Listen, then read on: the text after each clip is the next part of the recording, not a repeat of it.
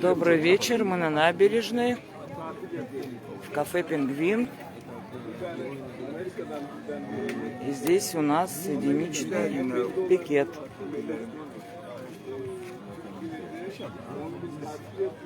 Biz istedikçe olacak o güzel.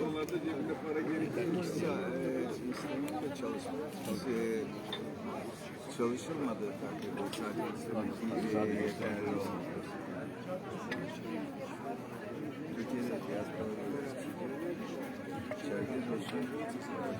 Türkiye'ye bütün dünyadan hasta geliyor. Yani Kanada'dan, Avustralya'dan, bir araya gelindiğinde birçok şey yapılmış. Mısır'dan, Rusya'dan, orada da Türkiye'den gelmiş olan Abbas Bey, artı doktor bir damatları var.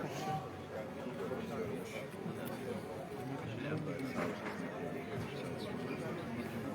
Güzel şey. Bir şey içer misiniz? Çok teşekkür ederim. Çok teşekkür ederim.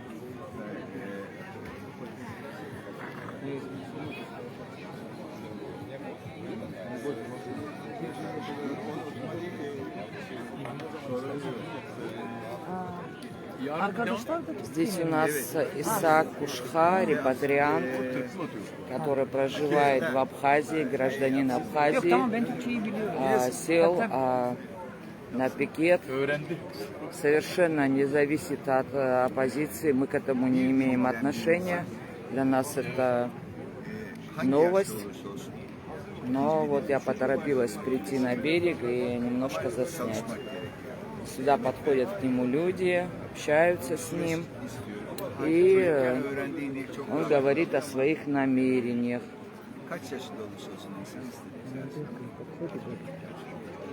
И вот он немного говорит на русском языке, и как он нам объяснил, он сказал, что много молодежи к нему подходит и поддерживают человека, пожилого уже человека.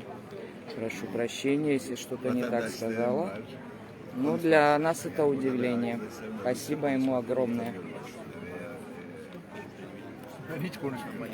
Это кафе «Пингвин» в городе Сухум.